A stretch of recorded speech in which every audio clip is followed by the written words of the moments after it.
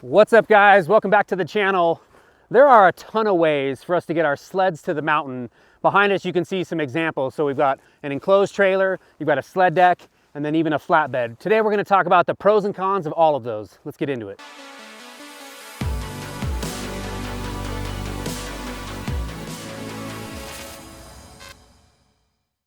All right, so when it comes to how we get our toys to the trailhead, how we travel with them, we've got a lot of options. And granted, there's not the open Toyota pickup, there's not the open deck trailer. Heck, yesterday I saw a Subaru Legacy with a snowmobile strapped to the top of it. So there are lots of ways to get sleds to and from either the shop, your home, to the trailhead. We're gonna start with the trailer. So the enclosed trailer, you guys have seen these and you've seen videos that I've done before with the Trails West trailers, whether it's a gooseneck trailer or a bumper pole. This has all the conveniences. So you've got safe, secure storage. Your sleds aren't getting loaded up with slush, snow, and ice, that sort of thing. You can lock the trailer at night if you were staying somewhere for any length of time. You've got heat, you've got stereo, you've got boot dryers, glove dryers, the whole 9 yards. So to me, my preference, as you guys have seen from before, is whether I'm hauling the gooseneck or the bumper pole trailer, I really like towing a trailer to the trailhead. The other component to that too is I like being able to get there not fully dressed. So we'll talk about some of those as we get into these others, but I like being able to go inside of my trailer, turn the heat on, turn the lights on, get fully dressed, get the sleds out, and go ride. So huge pro on that side of things. The downside to a trailer, maybe not a 20-foot bumper pole, but a bigger gooseneck trailer, is where you can go. There are a lot of trailheads, and guys are right now going crazy up in Canada and even in places like up in Jackson, where we've got a lot of really good riding areas that have really small parking areas where a trailer just doesn't work. In which case the flatbed and or the sled deck or even maybe a small bumper pole trailer would still work better. But this is certainly an advantage to the rider, and again, for the warm, secure, and all of those things in terms of storage, I feel like the enclosed trailer is always going to be my bet, but there are other solutions. So another thing we could talk about with the enclosed trailers is the vehicle itself. So even a small bumper pole trailer like this, can you get away with the small Toyota Tacoma to tow something like this? And the answer is those things have some pulling power, but the payload with the small pickup, you're really going to be stressing that vehicle out. So you've got to be, pretty good half-ton, 3/4 ton, 1 ton, a diesel obviously being the best, especially with those bigger gooseneck trailers. So then you've got an added expense into getting a bigger pickup as well. Another solution to getting our toys, getting our snowmobiles to the trailhead would be a sled deck. 2005, 6, 7, right up until I kind of bought my first flatbed, I was a sled deck guy, and they were absolutely awesome. The benefits to a sled deck: you're keeping your snowmobiles up and out of harm's way. When it is real slushy roads and the conditions kind of suck, the snowmobiles are way high. They're not really getting all of the abuse that they would be if they were down lower or even in like an open deck, two-place trailer behind the truck, which we've dealt with before. Again, with the 3/4 ton, 1 ton, helps to have a bit bigger vehicle, especially if you're going to run 2 snowmobiles up there. But I have seen a fair amount of single-place sled decks and even guys running a deck that is between the bed rails, but it's still sort of a sled deck, meaning that it would hold the ramp as well. So lots of different options when it comes to sled decks, but I haven't been using them much. But my guy, Austin, come around here, buddy.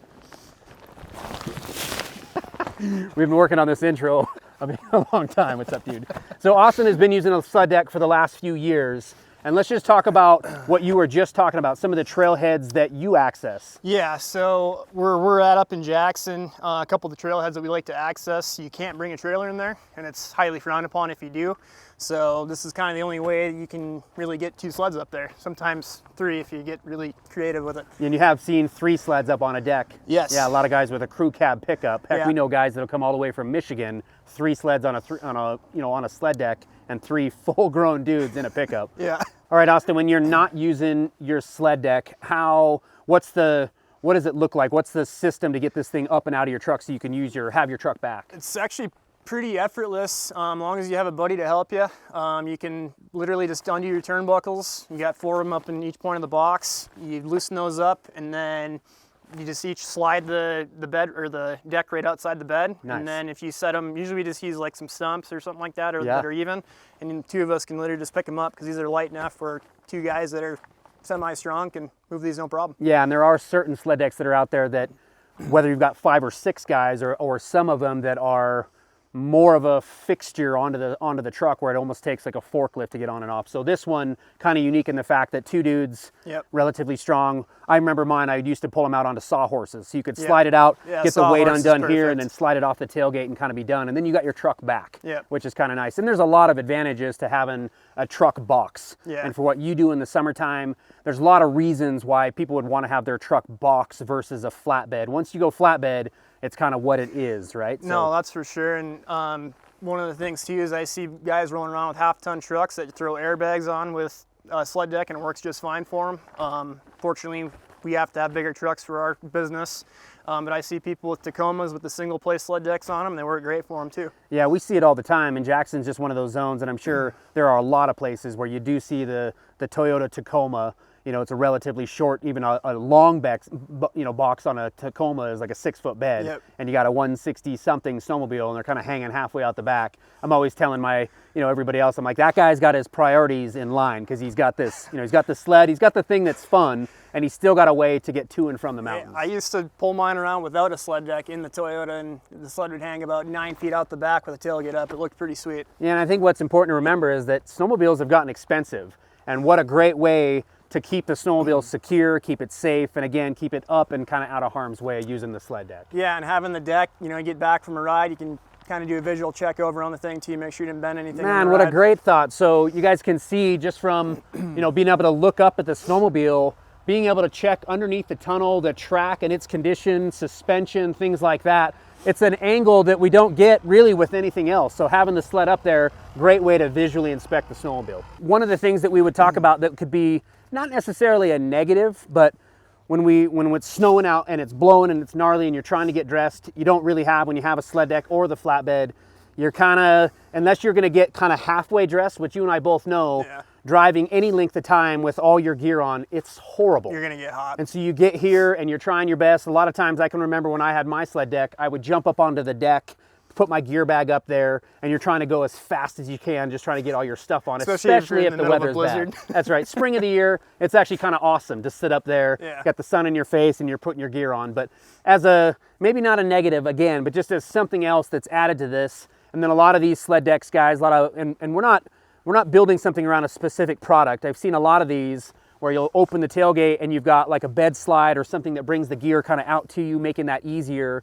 Another thing I can remember is in the spring of the year when you were putting your sled back up onto the sled deck and all of this mud and everything else is dripping and you're trying your best to like get all your stuff stashed underneath there and then throw the tailgate up. That was always kind of a pain, but the convenience, the benefit certainly outweighs the negatives in terms of a sled deck. So with your truck being a short box, having the longer sleds on there, and then even the long, like this is a toy up deck with that sort of beaver tail, hooking up to a trailer if you were going to try to do both without some sort of like extension on the hitch, and that make things maybe towing a little bit sketchy. Yeah, I haven't pulled a trailer behind this thing in the wintertime with the deck on yet. Haven't had a reason to.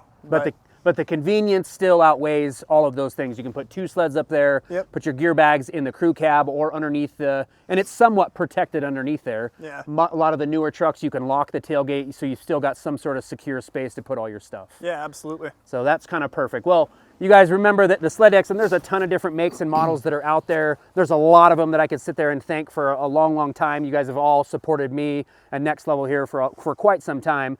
And as I have grown and as I have kind of learned what was important to me, and again, not showing favoritism, just what I know or what sort of system works better for me, we'll move on to the flatbeds next. All right, so we've talked about our disadvantages and advantages to an enclosed trailer. Kind of the same here with the sled deck, which really, honestly, guys, there's no disadvantages to them, right? It's all about how you are going to get and how you're going to get there the most conveniently for you, what you can afford, all of those different things. Behind me, and you guys have seen this, we've done videos on this one before, but this is my F450 Ford. This has an 11'4" flatbed. I primarily use the flatbed, and I've got a few of these trucks, but the flatbed for me in the summertime is a real crucial part of my business. So I'm in the asphalt business. This flatbed in the summertime is loaded up with tools, loaded up with all the things that I need that make my job go smooth in the summertime. In the wintertime, and why I've chose to go flatbeds, is I love the fact that it's multi-purpose. I can still throw a sled or 2 up onto the deck there. You can see we've got a 165 matrix slash up there. I've got my sled ramp here. You'd obviously have to strap things down and do something a little bit different, but for the purposes of the video, we just threw a sled up there, folded up the caliber ramp, and we've got that in there. What I like about it, so what makes it convenient for me is I get a little bit of both worlds, meaning that if I did need to haul a trailer, whether it was a bumper pull or not, you can see that I've got plenty of room to be able to haul just my 2-place trailer. But I could also, if I needed to haul 5, 6, 7 sleds around, pull this bad boy off. I've got the gooseneck, so I can go right into my gooseneck Trails West trailer. So I get both of those advantages, and that's why the flatbed works really, really well for me. Now, this is a custom flatbed, so it started its life as a CM bed, and then my guy Jason, you guys remember that from the video, he kind of built a ton of this. There are other companies, and I would give a shout out to Silver Lake Manufacturing. The new one that I'm really stoked with is Stryker up there in Canada, building these flatbeds that still have gooseneck capabilities, but they're full on built around snowmobiling as well, meaning that they've got a spot where you can put the ramp. And I feel like for flatbed owners that are out there, that's what they're always wondering what to do with, is with the, what we do with the ramp and how that can be a bit more convenient. So Caliber does an awesome job with their aluminum ramps. It's relatively simple to strap to strap that thing on there. Because most of our flatbeds are sort of dovetailed like this in the back, or they've got this cool angle, it does make loading and unloading 2 sleds a bit more difficult without some sort of custom piece here so that you can safely load and unload your sleds using just a regular sled ramp. But again, this is just us talking about differences between what we know works for us. The idea that I use this truck way more for what I do as a summer business than I do in the winter, but the idea behind the flatbed is that I get to do both of those things. So we've got our enclosed trailer, both the bumper pull or the goosenecks. You've got the sled deck as an awesome option. Most sled decks will allow you to haul 2 snowmobiles up and over the bed rails, out of harm's way. Again, being able to look up there, check out all of the snowmobiles while they're up in the air, or then go flatbed. It puts the sleds a bit further down. Feel like the truck rides a little bit better. Is it kind of a bit more in harm's way? Do I get snow and ice and slush kind of popping up onto this thing? And the answer is just a little bit, but advantages to each one of these things for sure. All right, everybody, so that is a wrap. Hopefully this video was helpful. And you guys remember that when it comes to how we're getting our toys to the backcountry, it really does come down to the vehicle. And you can tell from the vehicles that are behind me that, a lot of what we use our trucks for just on and off the snow can kind of predict the type of situation that you're in. So whether you've got a big enough truck to haul a trailer, you've got a stout enough truck that you want to put a sled deck in the back, something like that, or you want to go kind of best of those worlds and go to the flatbed situation, it really is about the vehicle and whether or not that vehicle works for you and all other facets of life. So again, I hope this video was helpful. You guys remember, leave those questions and comments below, support our channel by subscribing, and we'll see you next time.